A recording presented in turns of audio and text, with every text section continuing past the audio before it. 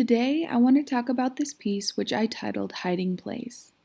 In this piece, I was able to incorporate so many new techniques I learned from classes here at UCF, including printmaking, bookbinding, and drawing as well. Lately, my work has incorporated imagery of the bowerbird, which is a bird that makes temporary shelters out of sticks to attract its mate. Temporary shelters are very important to me as a multicultural person. These shelters help me feel grounded and as if I have a place of belonging.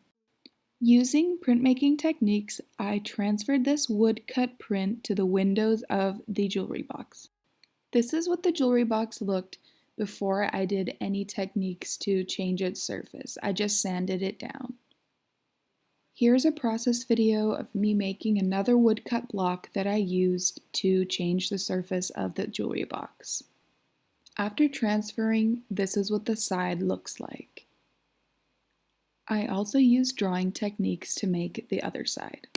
In bookbinding class, I became really intrigued by tunnel books, and I used an X-Acto knife to carve out in paper the details of the bowerbird and the bowerbird shelter. I wanted to light it from behind or from underneath, so I carved away pieces of the paper so that certain areas of it were dark and certain areas of it were light to bring out shadows and highlights. This is what it looked like lit from underneath. I wanted to experiment with what different materials would do to change the paper and its translucency.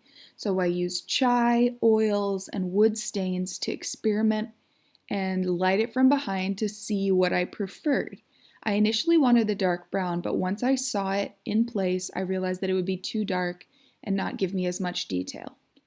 In the end, I went with the Danish oil. As you can see, it really changed the way that the top reacted. I also used some chai tea to stain and give it some dark areas as well.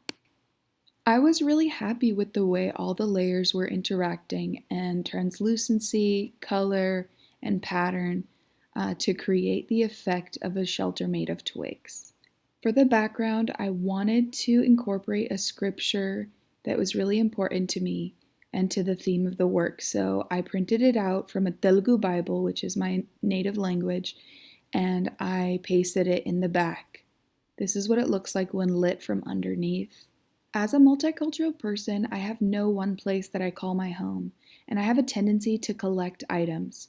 Inspired by Joseph Cornell, I wanted to include a drawer underneath with some sentimental and nostalgic elements.